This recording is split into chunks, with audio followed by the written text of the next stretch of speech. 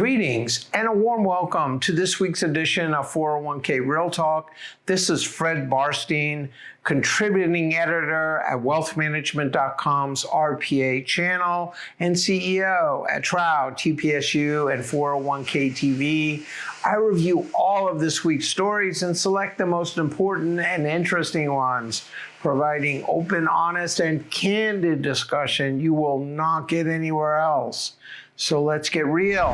First story, with the stock market unstable due to tariffs, the robust job market, April job market with 177,000 new positions exceeded expectations, but may be what the Glassdoor characterized as the calm before the storm.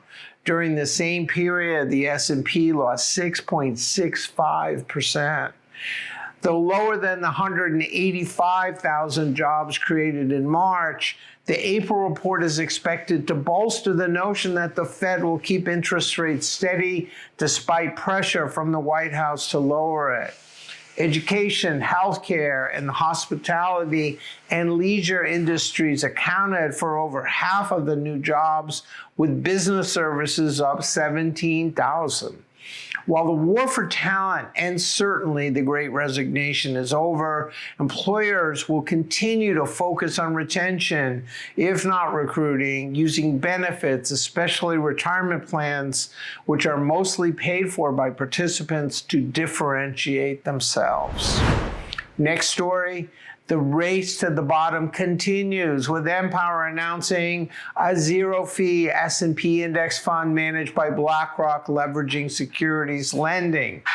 Though a few basis points here and there will not greatly affect outcomes, the move is sure to catch the attention of advisors, plan sponsors, and participants as the focus on fees continues, with more assets than ever moving into index funds. Next story, Intuit agreed to settle their forfeiture lawsuit, which had survived a motion to dismiss. There are three types of forfeiture cases focused on the issue of whether plans may use the assets to offset the match rather than pay down administrative expenses benefiting participants. Number one, the documents do not allow it. Two, the documents are vague or allow both. Or three, the documents do allow it.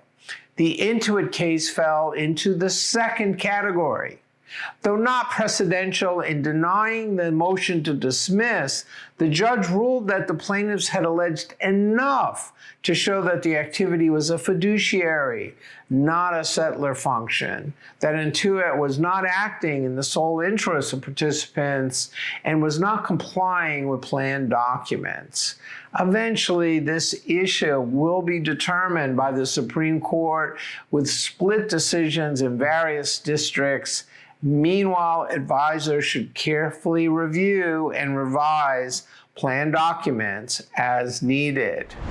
Next story, Pantera announced that World Investment Advisors, formerly PensionMark, with 350 reps, will be using their services to manage the DC accounts of wealth clients. Despite efforts by some record keepers and a very few state regulators, Pantera keeps adding new clients with assets surging, providing more secure access than if advisors did it themselves, as more RPAs focus on wealth and a growing number of RIAs look to manage their clients' DC assets. Finally, as the defined contribution industry turns its focus to serving participants beyond just saving for retirement, the question is who is best suited to help, advisors or record keepers? It is an existential question driven by the need for each group to generate additional revenue as plan fees continue to decline.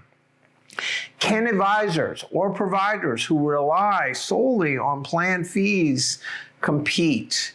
And will record keepers and advisors who focus on participants go to war or find a way to coexist?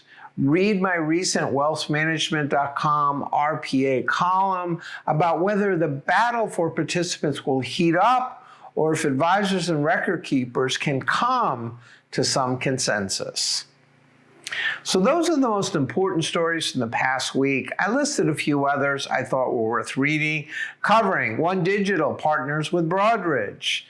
Are more jury trials on the horizon for ERISA lawsuits like the Pentegra case? Third, target dates top 4 trillion. And finally, the growing case for alts in DC plans. Please let me know if I missed anything or if you'd like to comment. Otherwise, I look forward to speaking to you next week on 401k Real Talk.